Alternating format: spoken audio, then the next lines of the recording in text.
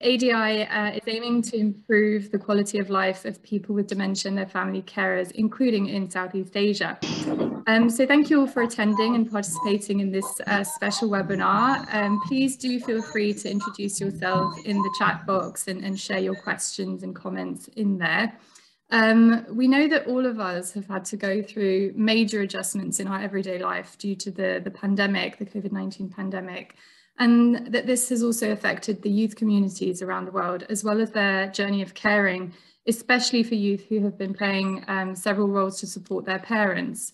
And around the end of 2020, ADI officially became a partner of ASEAN, aligning with 2 key programs in health and youth initiatives. And regarding the partnership, the objectives and priority areas aligning with SOMI areas are as follows. So first of all, to enhance interregional knowledge sharing on COVID-19 and dementia. And number 2, to empower youth leaders and organizations to lead community projects and social enterprises that address youth-related issues in the green economy, including promoting gender equality and empowerment of people living with dementia and family carers. So we are basically connecting youth communities and networks in 10 ASEAN member states for awareness-raising activities that we are now conducting. And we're also aligning and aiming to foster 21st century skills amongst ASEAN's youth through volunteerism and leadership programs in community projects. So today in this special session, we will be learning more from our wonderful speakers, whom I'd like to welcome. So we have His Excellency Dato' Janan Santiran Munyanan, Chairperson of the ASEAN Senior Officials Meeting on Youth and Secretary General for the Ministry of Youth and Sports in Malaysia. We also have Dr. Roger Chow Jr, Head Assistant Director of the Education Youth Sports Division of the ASEAN Secretariat, and my wonderful colleague D.Y. Saharia, Regional Director for Asia Pacific at Alzheimer's Disease International, and obviously our fantastic speakers from Indonesia and Brunei who have been spearheading youth-led initiatives in Indonesia and Brunei, as I mentioned, with Amalia Fonkutomo from Alzheimer's Indonesia, Datin Jacqueline Wong and Brandon Chua from Dementia Brunei. So we will now start the session with welcoming remarks from His Excellency Dato' Jana Santiran Munyanyan, Chairperson of the ASEAN Senior Officials Meeting on Youth and Secretary General for the Ministry of Youth and Sports Malaysia. So Your Excellency, the floor is yours.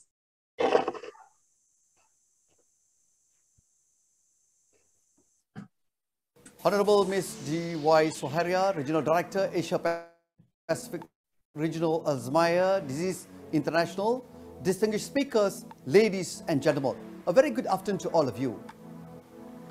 It is my great pleasure for me to deliver an opening remarks for the Alzheimer's Disease International Asian Webinar on Youth and Dementia, Intergenerational Collaboration for Dementia Today. The global pandemic of COVID-19 has disrupted every aspect of human life, which causes lasting neurological symptoms in some survivors. Like other serious infections, COVID-19 may increase risk of cognitive impairment.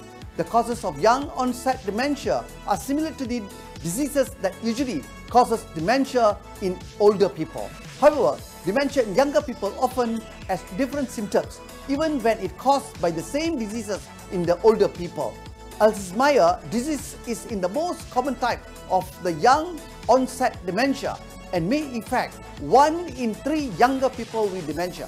However, up to 2 in 3 older people are with dementia as Alzheimer's disease. Alzheimer's disease develops when proteins build up in the brains of form structure called plaques and tangles. This causes brain cells to die and so affects functions controlled by the brain. For most older people with Alzheimer's disease, the first symptoms they notice is likely to be memory loss. However, in younger people with Alzheimer's disease, memory loss is likely to be the first symptom. Ladies and gentlemen, I commend the efforts of ADI in spearheading the work involved youth in the fight against the dementia in ASEAN member states.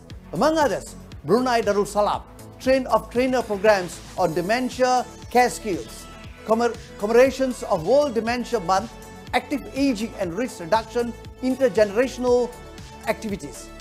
And in Malaysia, public elder exercise on Sundays Atria Community Corner, as well as other youth activities such as New Age Learner Virtual Conference on Building the Future with the Gen Z.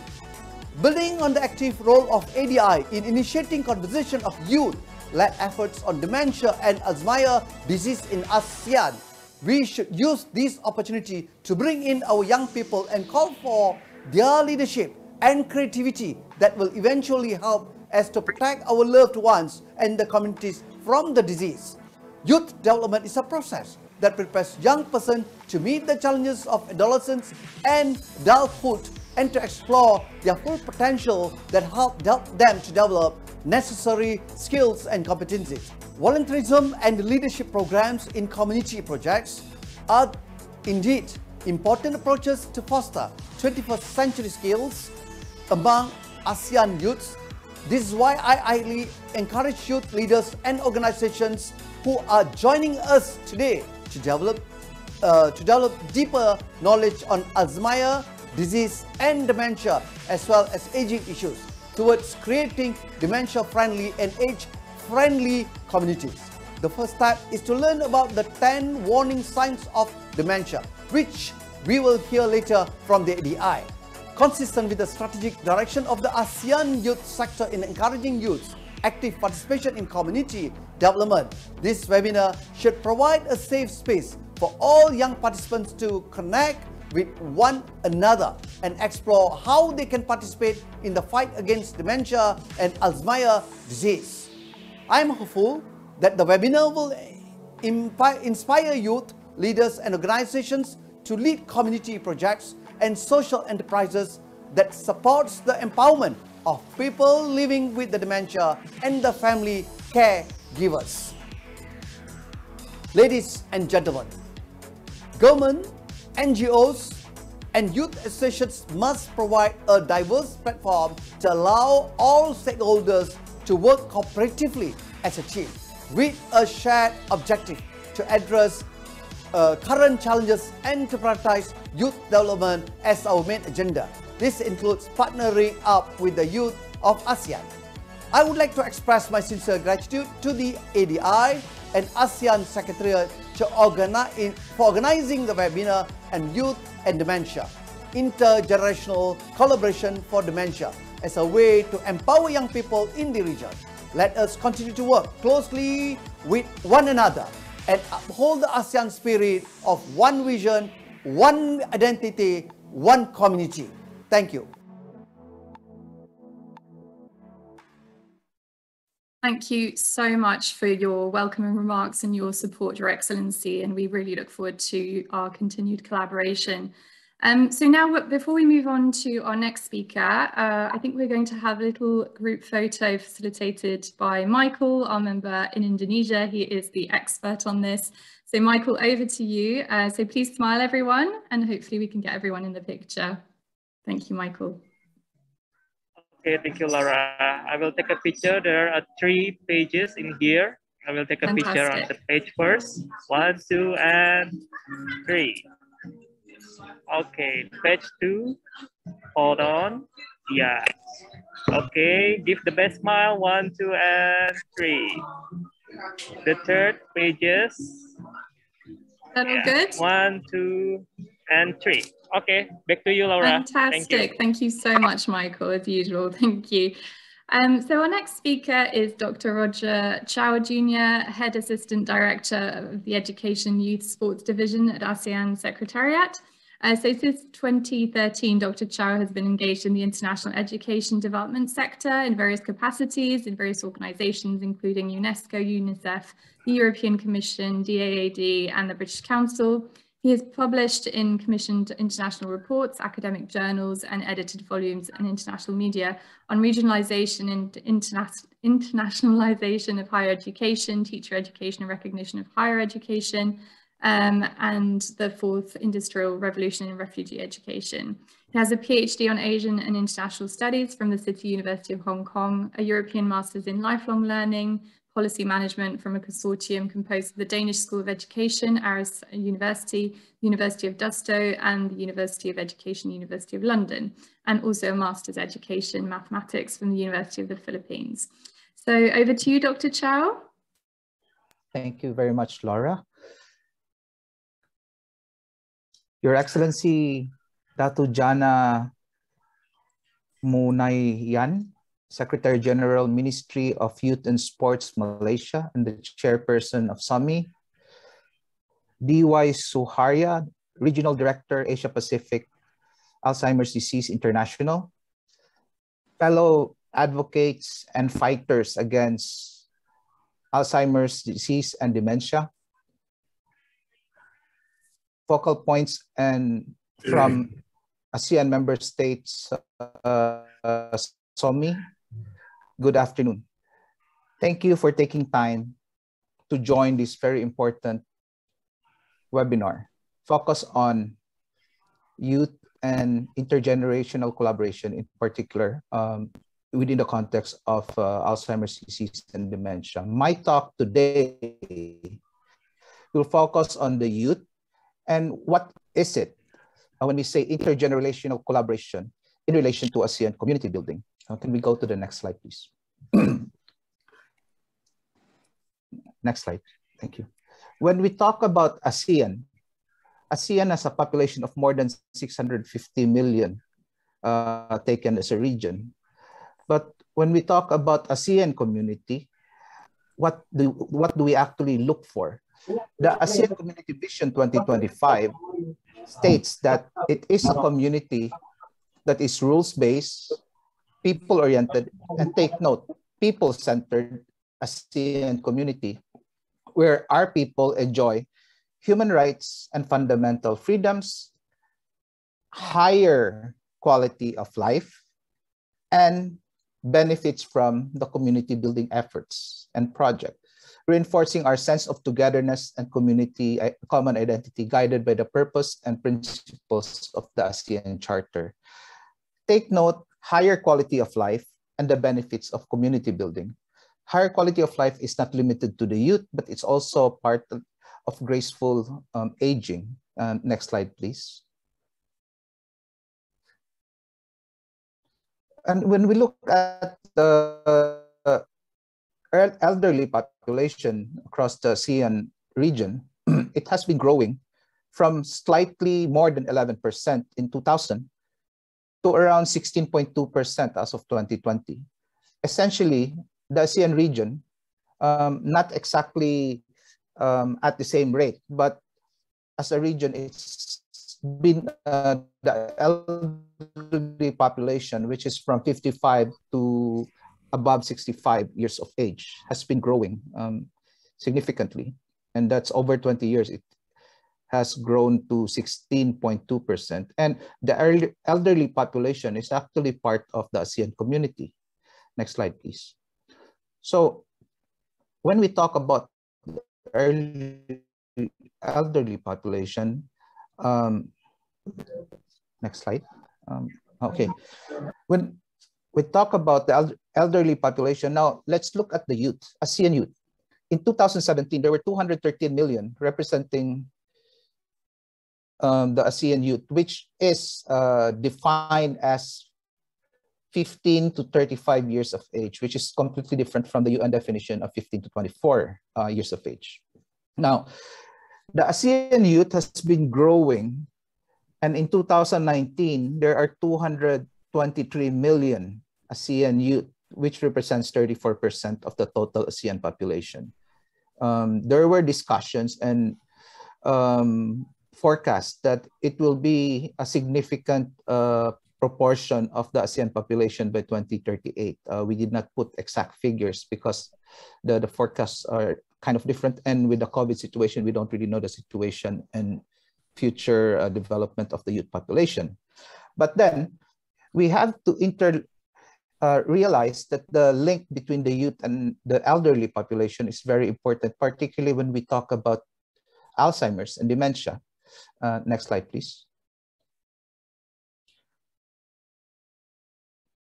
So why do we need intergenerational collaboration? Particularly, ASEAN is an aging society, not as fast as certain countries, but still the statistics and populations shows that there is a growing aging population. And Alzheimer's is not part of normal aging. The population 65 and older are the greatest in terms of risk for Alzheimer's and dementia. According to the Kuala Lumpur Declaration on Aging, Empowering Older Persons in ASEAN, which was done in 2015, it states it focused on promote a shared responsibility approach in preparation for healthy, active, and productive aging by supporting families, caregivers, care workers, and strengthening communities in delivering care for older persons. It also talks about promoting intergenerational solidarity towards a society for all ages by raising public awareness on the rights, issues, and challenges of old age and aging. Next slide, please. Take note that all of us will be one of the elderly in the future. So as such, it's important to actually promote healthy aging within the region, not only within our nation states, but in across the ASEAN region and around the world. In fact, beyond ASEAN, the ASEAN +3 had a statement on active aging in 2016. Key points is promote capacity building and expertise in elderly care for the family, community, and as well as medical personnel in gerontological services and increased availability of caretakers through home visit services by health professionals and community health workers. Another key item is to enhance capacity of caregivers in providing quality care. Take note, quality care, the word is quality. Now, it also talks about encouraging social interest groups as an active platform for older people to enhance their engagement and connection to the community. Beyond these statements, in 2020, Thailand established the ASEAN Center for Active Aging and Innovation has been established and hosted by Thailand. Next slide, please.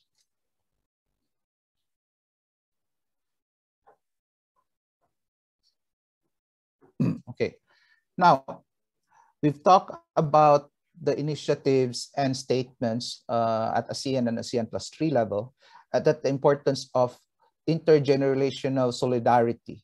How does the youth actually understand the elderly? How do we promote healthy aging? How do we engage the elderly population in terms of community activities? So what do we want the youth to actually be engaged in? On a broader context, the youth, we want the ASEAN youth to be critical thinkers, not only ASEAN youth, but actually youth around the world, to be critical thinkers, change makers, innovators, communicators, and leaders, because they are the pillars of society. They will be leading society. They will be part of society and significantly engage in society. Similarly, they will be engaged in their own countries and the ASEAN community building process. What do they do in the communities? They can be researchers, academics, entrepreneurs, futurists, or people who actually look at developing, shaping the future agendas in different sectors, or even coming out with new ideas that change the world. Social media influencers, social workers, caregivers, and volunteers. These are just some of the roles of the youth now or in the near future. Now, when we talk about these things, as social media influencers, the youth can actually engage in promoting advocacy in the fight and understanding actually Alzheimer's disease and dementia. Take note that dementia and Alzheimer's disease is not limited to the elderly population. People younger than 65 also get dementia and Alzheimer's. As such, we all have parents, we all have grandparents and relatives who are elderly and at risk for dementia and Alzheimer's. So essentially, we need to be engaged in the fight against Alzheimer's and dementia. How do we fight against that? Next slide, please. According to the ASEAN Work Plan on Youth 2021-2025, there are 5 key priorities. Number 1 is education. Number 2 is health and well-being. 3 is employment and opportunity. 4 is participation and engagement. 5th is ASEAN awareness values. Sorry. And identity. Now, what is highlighted is participation and engagement. But what is also, that's probably the most important in terms of youth intergenerational collaboration between the youth and the elderly population. The second thing that is relevant to this particular workshop is health and well-being. We are not only encouraging the youth to understand dementia and Alzheimer's and to improve their capacity to care for people with dementia and Alzheimer's in the family or in the community, but it's also for them to be aware, to prevent and understand, or even be aware of the risk factors or the indicators of early indicators of getting dementia. So in terms of participation engagement, how do we engage the youth in the fight against dementia? Next slide, please. Priority area 4 of the work plan on youth 2021-2025 actually has a few items, which includes fostering 21st century skills among ASEAN youth through volunteerism and leadership in community projects. Basically, it can be from the ground, from the field level, it can be at national level, it can be at regional level. But the important thing there is, once the youth actually enhances their capacity and learns 21st century skills and actually uses it in terms of volunteer work and engaging and developing community projects, that's also a part of how the youth can actually engage with the elderly population. Now, harnessing creative and innovative solutions from ASEAN youth to address developmental issues, and participating in policy discourse and actual engagement in volunteering and community level activities. These are how the youth can actually engage in ASEAN community building, and in particular for this webinar, promoting understanding of dementia and Alzheimer's and how to enhance quality of care and enhancing and promoting the capacity for quality services in caring for people with dementia and Alzheimer's disease. Next slide, please. I don't want to take too much time, but then this next slide is very important. In particular, this talks about what are the issues and activities that are important to the ASEAN youth. Take note, health and disease control is the third most important issue among the ASEAN youth. Only after education exchanges and poverty reduction. So the ASEAN youth is aware that health and disease control is a significant issue. The challenge is, how do we promote the understanding and the need to move forward and fight against Alzheimer's and dementia? Next slide, please.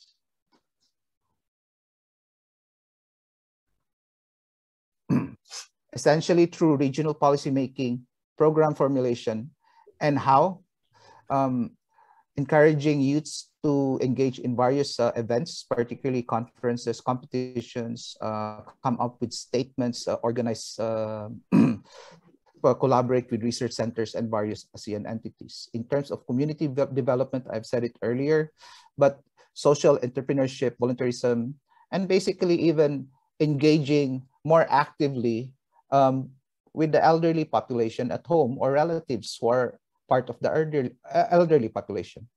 So it also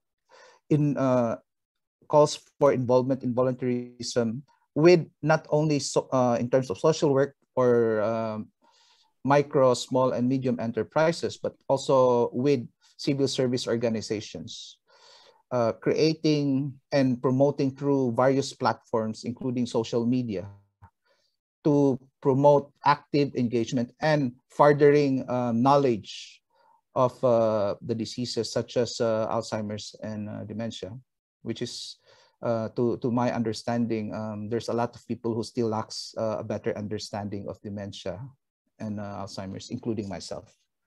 Okay, next slide, please. Fellow participants of the webinar, thank you very much. But before closing and ending my speech, I would like to highlight that each one of us is part of a community. We are part of a family. And in any family, in any community, there is always the youth, there's always the elderly population. And we want to encourage healthy aging, and that the elderly population would actually contribute to social community building and social activities. As such, the importance of understanding dementia and Alzheimer's cannot be underestimated, and that the youth can actually contribute through intergenerational collaboration. Thank you very much. Absolutely. Thank you so much for your excellent presentation, Dr. Chow. Thank you. And we can now welcome DY Saharia, Regional Director for Asia Pacific at ADI. DY holds a Master of Public Health from Curtin University, Perth, and a Bachelor of Arts, in Journalism, Ohio State University, as well as the Diploma in English Literature from the University of Indonesia. Since 2016, DY has taken the lead in supporting 20 ADI member associations in Asia Pacific. A lot of them are online today. So she's been supporting them with capacity building through the Dementia Care Skills Training of Trainers program, supported by Dementia Australia, ADI Singapore, and Alzheimer's Indonesia. This program involved 15 countries in the region, resulting in approximately 25 lead trainers empowered, and 5,000 family carers and healthcare workers trained.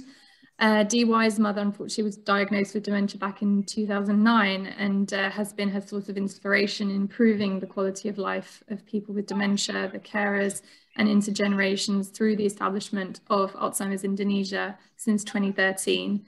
And her mother passed away in April 2017, but her legacy definitely continues. So thank you, DY, and over to you. The floor is yours. Thank you. Thank you, Laura. Thank you so much. Really honored to be in the same panel as with you, Dr. Roger Chow, and also really appreciate the ASEAN Secretariat support. Really appreciate His Excellency Dato' Jana Muniayan's speech earlier in supporting this. So ADI and ASEAN officially strengthened and officially become a partner around end of 2020. And I will be talking about why dementia is everybody's business. Next slide, please. I'm here again with the ADI members from Brunei and Indonesia. You will hear more from them later on examples on how to collaborate and the initiatives involving youth with Datin Jacqueline Wong, Brandon Chua, and Amalia Fong. Next slide, please. So dementia is everybody's business. Next slide.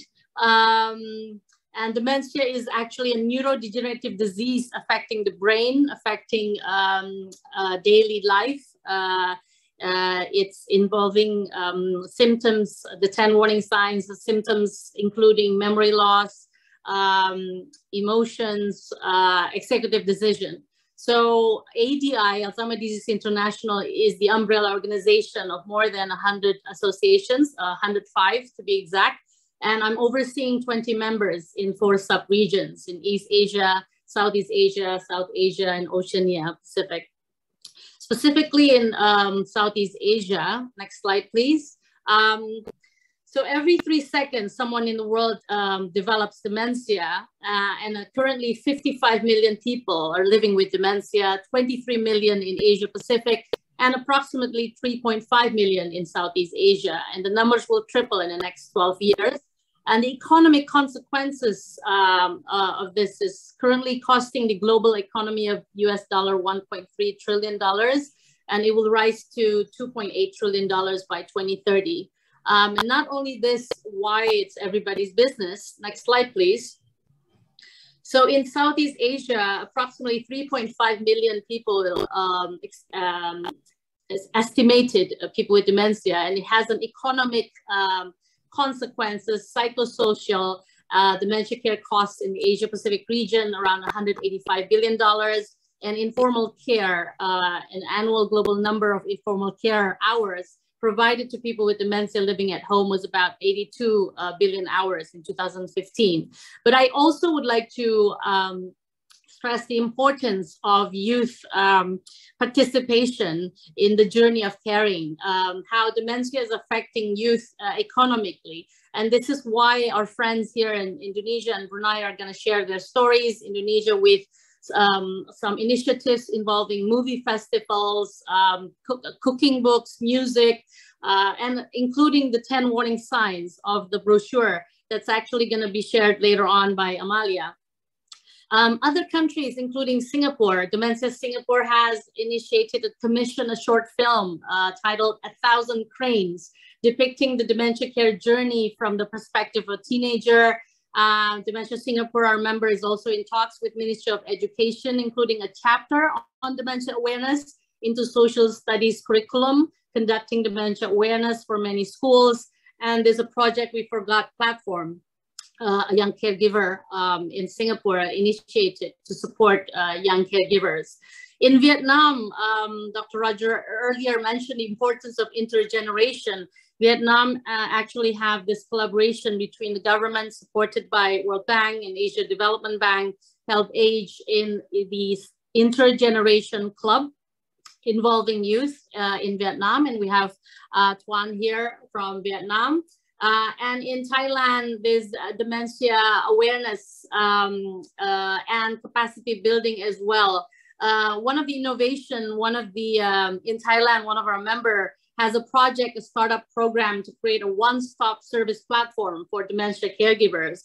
And the Ministry of Education project in Thailand, training local teachers about non-communicable disease, depression and dementia, and the cognitive stimulation activity.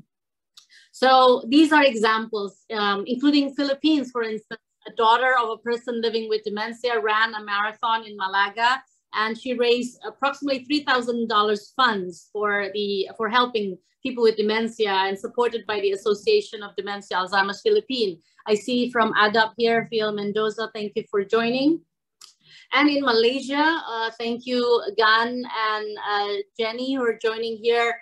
Malaysia actually has youth advocate and champions like Dishen Kumar and Harsha Ravindran. They initiated youth efforts, producing documentaries, youth movement, and from our member, Alzheimer's Disease Foundation Malaysia, initiated a sensory garden project involving students, volunteers from University Technology Mara Shah Alam and University Kebangsaan Malaysia, Faculty of Health Sciences, actually creating engaging cognitive activities and awareness activities via Zoom, brain exercises, and all those things. So these are just examples how countries have initiated involving youth in supporting people with dementia. Next slide, please. So as I mentioned, the importance of youth engagement, it's actually solving the global burden of dementia. It requires an intergenerational approach. We totally support the components that Dr. Roger earlier mentioned, that there's opportunities on health and well-being between ADI and ASEAN, and the participation and engagement. And these engagement and volunteerism playing an important role in either promoting gadget, IT literacy, multi-talented workforce, and all those things. but definitely informal care, economics, technology, innovations, the commitment of young caregivers for an aging parent or for family members, because dementia is an invisible disability. It affects costs, mental health, and all those things. So we will hear more from our friends from Indonesia and Brunei from this session. And we hope from this session later on, it will snowball and will affect strengthening our partnership. Thank you so much. Back to you, Laura.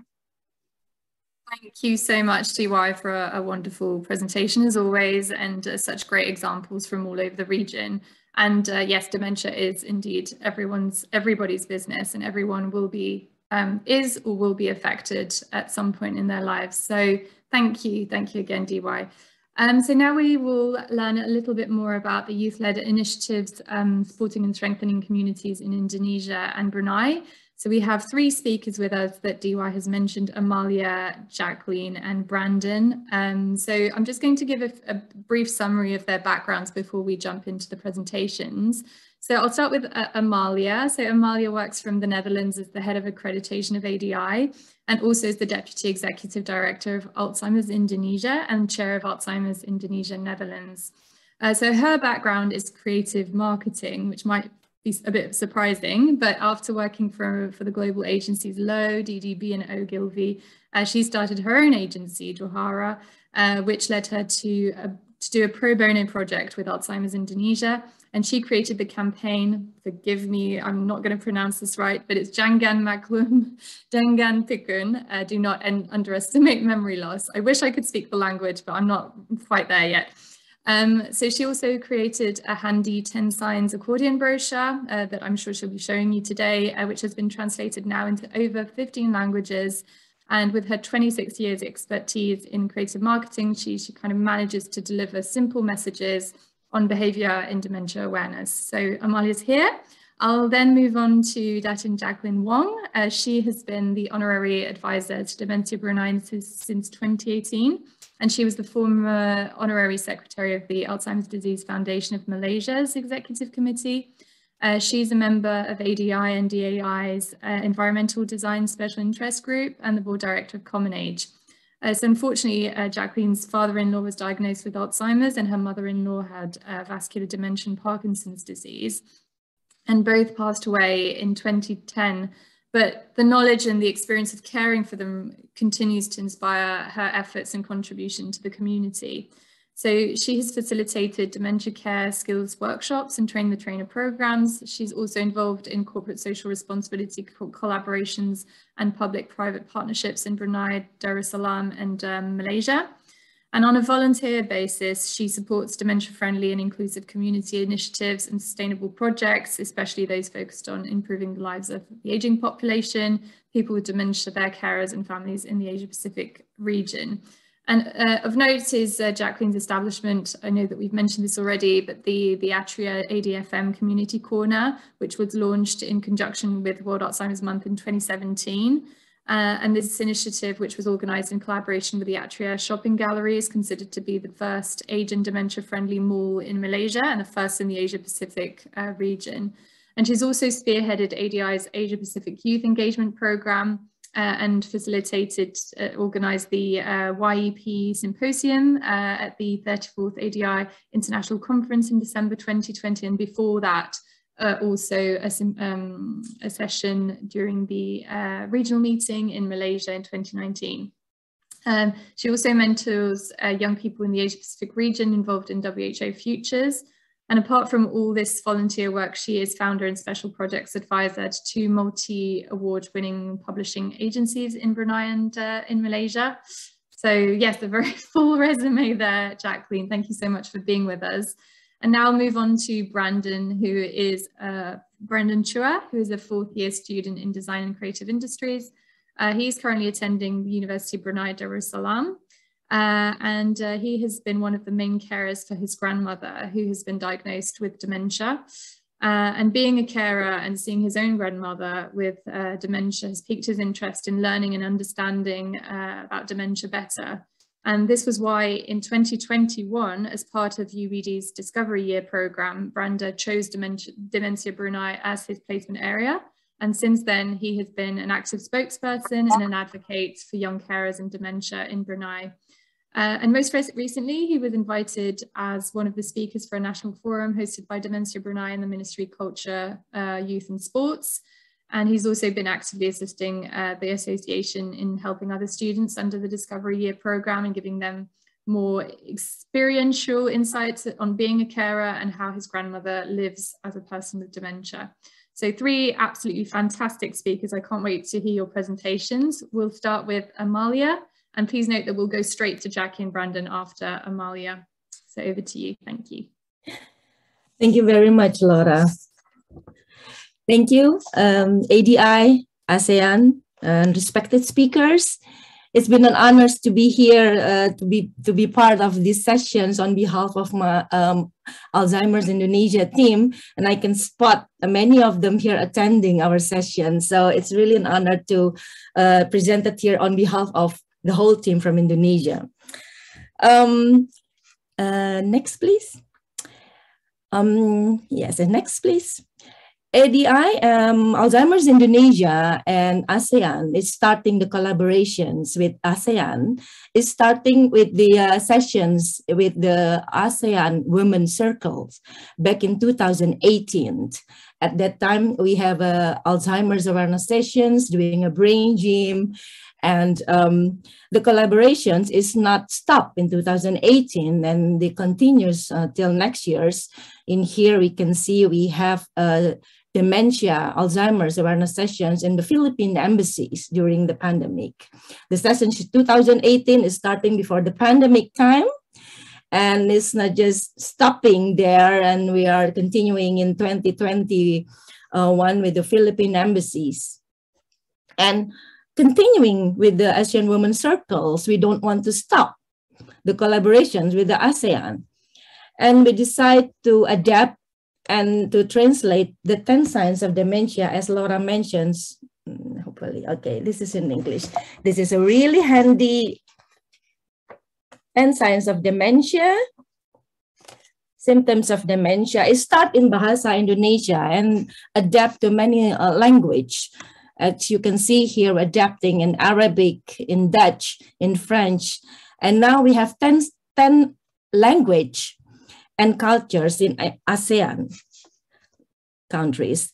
And I can see many of the ADI members here who are supporting us in checking and adapting the cultures of ASEAN country members is also attending. So thank you very much for all this support and all these collaborations. Because as you can see, these collaborations between Alzheimer's Indonesia, ASEAN Women Circles, ASEAN, and ADIs is the best example of how dementia is everybody's business, is everyone's business.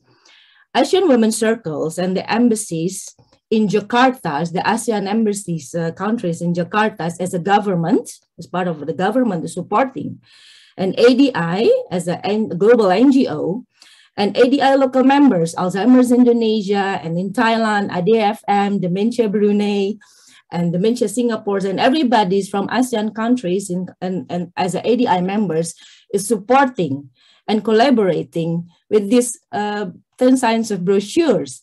And this is also intergeneration because we involve from the graphic designers, from the translators, and adapting the cultures, checking, rechecking is involving everybody in the intergenerationals and also multi-cultures and multi-language. And this handy 10 signs of dementia is also adapted to, next slide. So to the other language in Indonesia. Indonesia is having more than 700 language dialects, and we have so many diverse cultures. So we step by step start to translate and adapt the 10 signs brochures to local language and also local cultures because dementia is really customized, is person-centered, so we have to understand what the society in other parts of Indonesia. And next, please. And it's not stopping there. Our youth communities in Indonesia is really creative in developing and making a lot of initiative from music, film, sport, crowdfunding, and also social media, of course. As you can see, home visit music program, the youth using a cultural significant activity to enable young people to find social and physical and emotional engagement, doing a home visit door to door, using a cultural and also nostalgic music live, doing a home visit to our community and people with dementia and their caregivers, and making the connections, especially emotional connections, through music as a universal language. And here you can see we have efforts for ALSI, and I can see Pao is also here attending the sessions. It's really nice. Our community is really warm and support each other. They made the efforts for ALSI journey back in 2019 and earn more than expected. That more than 14,000 US dollars here donated in crowdfunding for Alzheimer's Indonesia. And the youth of also involving student, of course, as a youth of agent of change. The collaboration, we have a long collaboration and partnership with Atmajaya Catholic Universities in Indonesia. We have the internships, the internships of students in our community, and also they are supporting us in the National Older Day on the 29th of May, sing along, crowdfunding, and continue with DBC concert music also with crowdfunding in 14th of November 2020. And we have more. You can go to Alzheimer's Indonesia YouTube channels. We created more than 100 videos, and we're still producing up until now variety of educations, meaningful engagement, and risk reduction videos is producing by intergeneration, especially the youth, the young people in Indonesia. When you talk about the young people, then you cannot separate for social media. We're not explaining more here, but you can just go Alzheimer's Indonesia, Instagram, social media, Twitter, LinkedIn, and Facebook, especially in Instagram. We produce, the youth is actually our volunteers, young volunteers is producing really excitement, reels, and content for Alzheimer's Indonesia awareness. Yeah, and we're not stopping until now. We're still involving a lot of young people within our community, internally, externally, and also collaboration with young NGOs because they are and universities. Because in Indonesia, we believe that the young people is the one will be the agent of change and changing everything. And first step is raising awareness, as a dementia is everybody's business. So thank you very much. And back to you, Laura. We'll just move on straight to Jacqueline Wong. If you'd like to take the floor, Jackie, thank you. Thank you so much, Laura. Good day to everyone. On behalf of Dementia Brunei, thank you to ADI, ASEAN SONI, for your valued partnership in this first webinar. To the youth representatives and all attending this session, your contribution to making a difference in your community is valued. Thank you so much. Yeah. Most of all, thank you to DY for her encouragement and support of the Youth Engagement Program, or YEP, when I first shared my thoughts with her in 2019. Now, very briefly, the beginning of the Youth Engagement Program, or YEP, we recognize that many young people supported their community, and DB, because of it, spearheaded the Youth Engagement Program. The objective of it is very simple. That is to focus on empowering youth, encouraging them to take ownership of their well-being, lead healthy lifestyles, which is one of the preventive measures towards healthy aging and reducing the risk of dementia in later years. The YEP was also an early intervention towards a healthy aging population in the future. All the more important now with the impact of COVID-19, which has likely amplified existing challenges. Next slide, please. Now, caring for an unwell person with dementia or who is unwell is not easy. I know from personal experience caring for both my late parents-in-law with dementia. So what is it for young carers? It is even more challenging and difficult. In the course of my work, I know of youth caring for families who are unwell, including with dementia, and this group of young people are missing out on school and growing up. Some are juggling work, some are faced with the responsibility of having to take care of a family member who is not well or with dementia, and for some, including their siblings too. Being the eldest child or the eldest girl in the family, this is the dynamics of the society norm. The challenges and the issues the young carers face will become, or in fact may have become, a social and economic issue, especially in low and middle income countries in ASEAN. Now, dementia is not just the business of one ministry or one administration, system, or community. Dementia is everyone's business. Next slide, please. We started with the first YEP, running concurrently with the ADI Asia Pacific Regional Conference in Malaysia in 2019. We had 70 youth presenters from Japan to Indonesia and participants from 25 countries involved in the first event. It was a showcase of solidarity with youth and younger people from ages 15 to 80s. Now, following the success of the YEP in Malaysia, we held a YEP symposium, the first international one, challenges and opportunities presented in the conference Hope in the Age of Dementia in December 2020.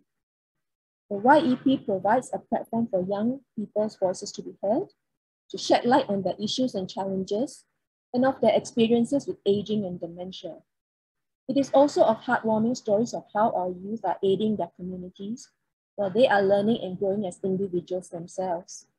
Youth sharing their efforts in aiding their peers are fast gaining support for others to do the same.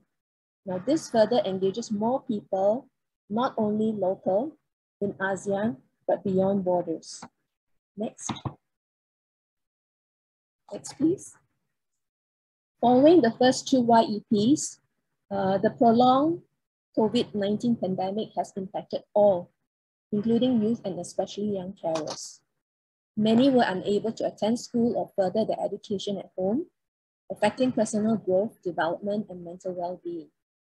During the World Dementia Month in September 2021, I supported the Youth of Asean Project Malaysia and organized a New Age Learner virtual conference titled Building the Future with Generation Z, and this included youth ages 9 to 19 years old. We had over 52,000 youths from 900 plus schools, civil society organizations, corporates, and the Commonwealth youth networks from across the world participating.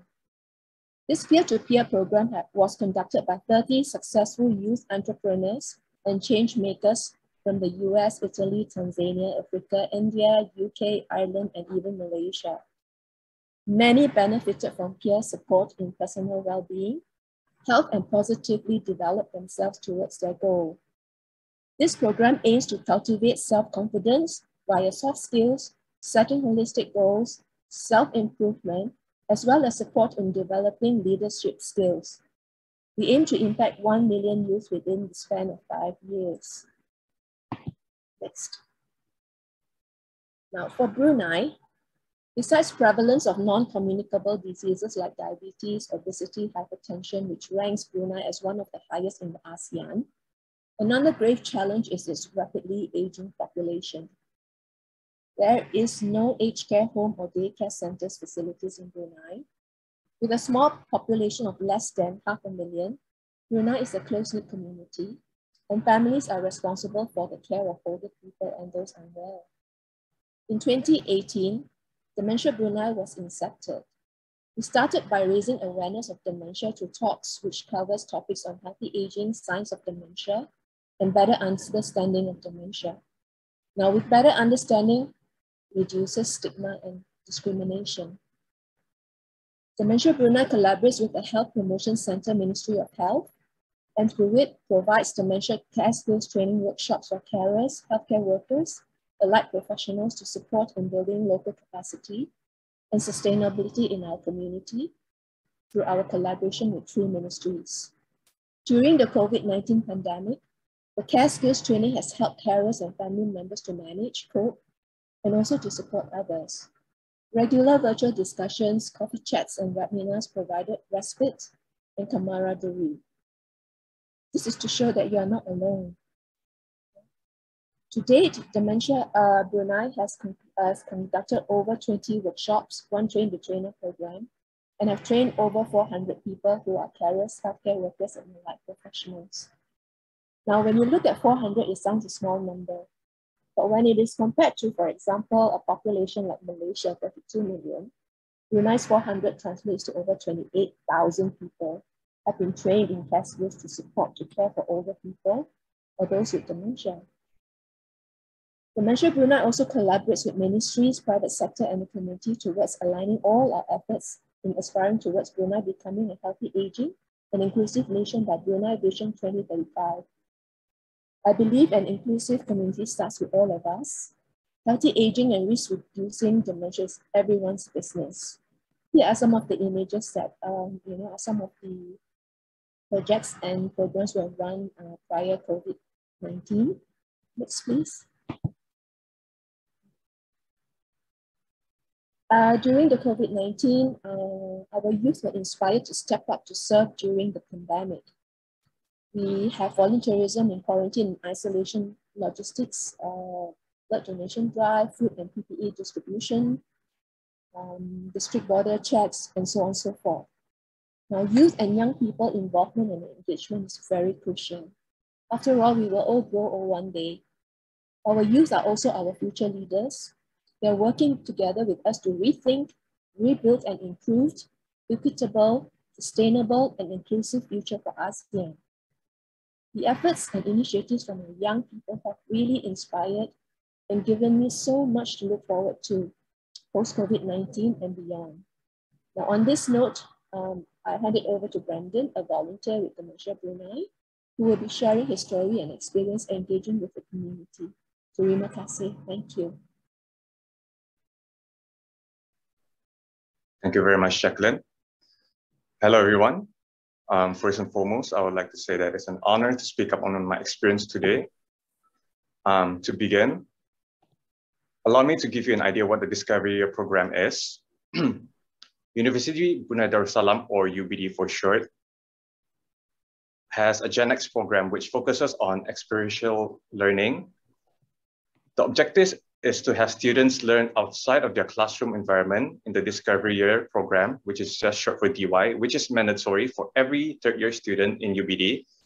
Students are given the opportunity to choose where they want to go, and the students are advised to explore the different programs in line with their interest and eligibility. One of these is the Community Outreach Program, where students spend 1 semester engaged in a non-profit community project. The program has 2 intakes per year, August and January intake, and so far, Dementia Brunei has collaborated with UBD to participate in the DY program from August 2020. Since then, Dementia Brunei has worked with 3 groups of Discovery Year students, a total of 20 students, and in saying that, I was part of the January intake last year in 2021. Next slide, please. During my time in Dementia Brunei, there were several opportunities I was presented to, and one of them was being able to present alongside my group intake to give a talk about dementia to one of the local universities in Brunei, where more than 150 people from the university attended, including rectors, lecturers, and students of the university. There were lots of preparations our intake had to go through to make sure it went smoothly, but nevertheless, it became a wonderful experience for all of us. At the end of it all, the talk that featured in the social media of Alzheimer's Disease International for promoting youth participation in awareness of dementia, which we are proud of. Next slide, please. Furthermore, one of the things we did during our time with Dementia Brunei was making a video which features the symptoms of dementia. The video was written, directed, and acted by my intake. It took a while to make and was rather exhausting from time to time, but it was truly a fun experience where we were all there to create this together for a greater purpose. The video is currently available on Dementia Brunei's YouTube page for anyone interested to view. It was also featured and played for the public during the recent online conference, which Dementia Brunei hosted in collaboration with the Ministry of Culture, Youth and Sports. Okay, next slide, please. After my semester spent on Dementia Brunei was over, I would never have thought that I would be presented with another opportunity to work with them. I remember talking about how it would be great to experience it all over again. A while after the semester passed, Dementia Brunei reached out to me and gave me the chance to share my pictures with my grandmother to be featured in postcards. What I would never have thought would be to also have it featured in articles and newspapers, which I'm truly thrilled about. Next slide, please. After that, I was then presented with another opportunity provided by Dementia Brunei to talk and share my experience as a young caretaker in an online forum, which I hope has helped several others that are going through the same struggles I did or is currently as a young caretaker. Next slide, please. In regards to that, my experience as a young caretaker is a mix of both good and bad. It is stressful because there are times where I feel as if there's too much to handle, where I am still a student handling my own fair share of work and personal problems. It is also rather time consuming as there are a lot of things for one to handle, and oftentimes my family and I do not leave my grandmother alone, and there are shifts where we are all responsible to look after her regardless of our schedule. Now, when I mean emotional, I meant it in a way that it saddens me to so much to the point that it is almost unbearable at times to see someone I love and care about, someone that raised me up as a child, to who I am today, to no longer being able to hold on to any conversation properly and to do any daily routine herself, such as getting dressed or even shower or eating. But let me just clarify for the last 2 points of being joyful and comforting. Now, I know that we can't change what has already happened. So rather than dreading over what happened, I would rather live in the moment. So for that, I'm still joyful that my grandmother is still around here. And though she might not be able to hold a conversation properly anymore, at the very least, she can still talk from time to time. And to see her smile, now that is truly joyful to me and comforting. And to be honest, oftentimes it makes my day to see her smile. Okay, so for my tips and advice for everyone listening that is going through the same experience as I have, is to always remember to be patient with people struggling with dementia. We have to understand that they never wanted to have this happen to them. So handle them with the utmost care as if they never had it in the first place. Teamwork is also important. So one cannot do this without the other. So it is the responsibility of every family member to handle someone that is suffering with dementia. It makes it all the more easier for everyone to handle, but everyone is in it together. And referring back to my previous point as well, we need to understand that they never wanted this to happen to them. So to be understanding of this is important because we still have to remember they are still the same person that we love and care for. So don't let them having dementia stray you away from caring and loving them like you always have. Okay. So as a university student, currently in my final year, proper planning and having a schedule to follow is almost essential to have and follow, as it helps to keep everything in track while keeping up my duty as a young caretaker. So proper planning is definitely key for everyone that struggles with time management while being a caretaker.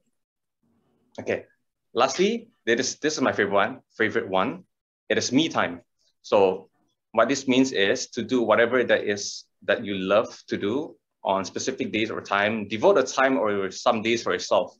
Be selfish just for this once and care for yourself. Self-love is important. I mean, do something that you love, find a hobby, meet up with friends, and just be happy. For me personally though, my me time is going out exercising at night. It's not every day that I do it, but it does help me clear my thoughts and it does make me happy. So remember, be selfish from time to time and do what you love so that it helps it easier for you to be a caretaker. That is all from my end. Thank you very much. Thank you so much, Brandon, and so true. Me time is so important and we can't emphasize that enough. So no, lovely story. And thank you so much to all three of our speakers. These are all fantastic initiatives and it's really creating an impact and it's involving creativity, innovation, which I love. So thank you so much.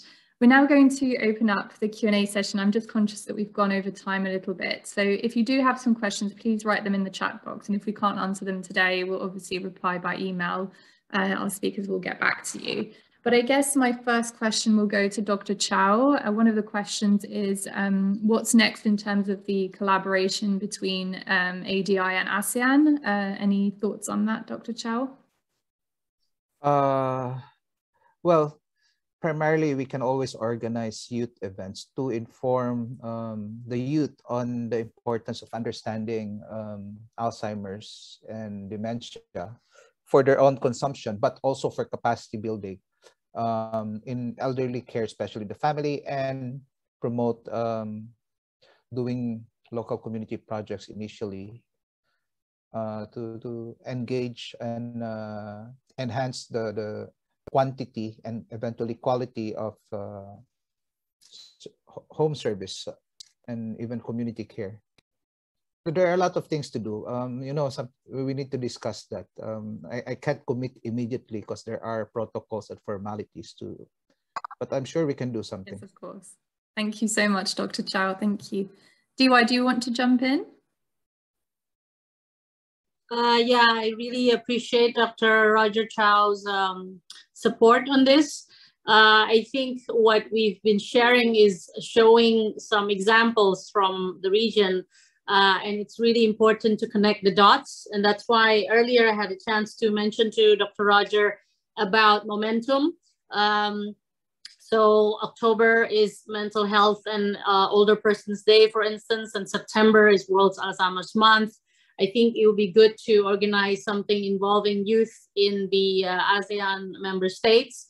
Really appreciate all the ADI members from Indonesia, Brunei, Singapore, Malaysia, Vietnam, Thailand, Philippines are attending here. Appreciate your support, and I think we can align on those opportunities that Dr. Roger earlier mentioned on health, the context of health and well-being and participation and engagement. Can I add something? We do have representatives from the Ministry of Youth from different ASEAN member states. That's great. Welcoming all. That are excellent partners and engaging. So we can engage them. Of course, we need to understand what they want to do and to what extent they want to collaborate as well. So there's a lot of space for engagement. So I just have one more question. Sorry, I've just seen. Oh, sorry. Yes, quite a few questions in the chat box, but one of them is, what is your challenge when reaching out to youth? What are the challenges? So yes, what are some of the challenges you face when reaching out to youth? So maybe we can ask maybe some of the associations, maybe Amalia, Jackie. And then we'll move on to call to action. Who would like to? Amalia, maybe? Yes, Laura, can you repeat? I'm just like looking at the chat if it's there. Yes, it's what are the challenges when you're reaching out to the youth in your country? What are the challenges that you face? Well, the first stage is the dementia and Alzheimer's itself. It's so far away, and we are youth, and then it's elderlies. It's so far away to connect it. And the bridging is the healthy lifestyle and also now mental health. Healthy lifestyle and mental health is becoming a trend, sort of speaks in the youth, especially in the pandemic times. So I think the mental health is a good way to coming in to the youth.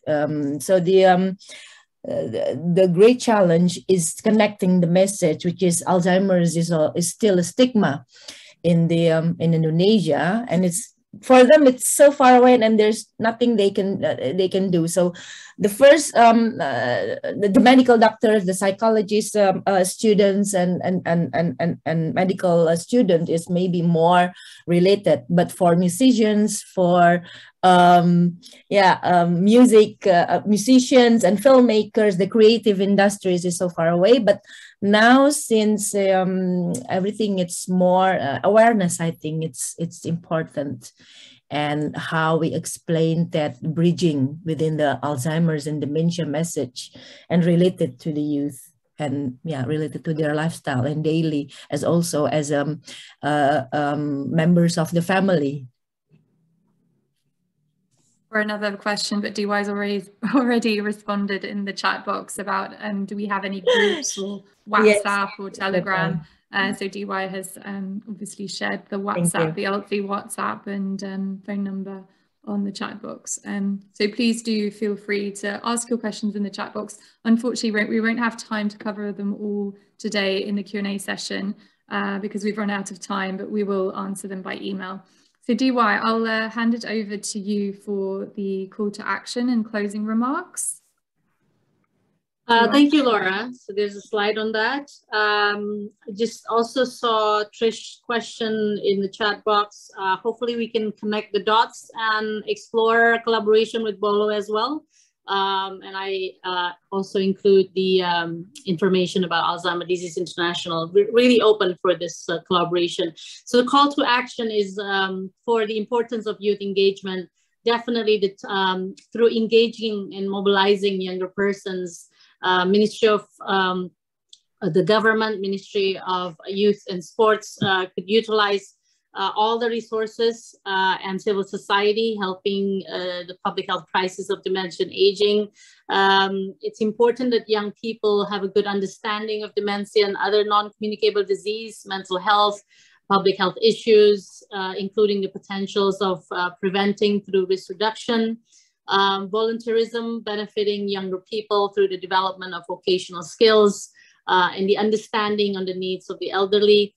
And really a call to action to step up on the current roles, contribute in volunteerism, awareness raising, innovation, technology, capacity building, research, and many more. And really would like to welcome everyone to step up and connect the dots and strengthen our collaboration. Thank you for all the representatives from the Ministry of Youth and Sports from 10 countries of ASEAN member states here. Big appreciation to all the members of ADI as well. We know we have a long way to go, and post-COVID government will definitely have preoccupied with economic issues, but the time is now. Let's maximize the momentum. There's a G20 event coming up, the Youth 20, Civil Society 20, C20. Let's build an intergenerational collaboration on this network. We have a great support and resources and the spirit. And thank you again for all the people who participate. And thank you for those who shared the stories and the one who participate in this webinar.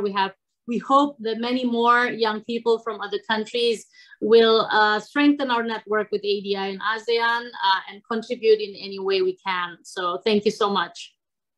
Thank you, DY, and you've basically said everything, so I have nothing left to say. Thank you so much to everyone, to all the speakers, the participants. We've now concluded this webinar, which I hope has been inspiring and special to you all. And I hope that it will trigger more collaborations in the region between obviously our member associations and other organizations to really empower the community. So thank you once again, and have a lovely day, evening, wherever you are. And we hope to see you next time. Thank you so much. Take care, everyone. Bye.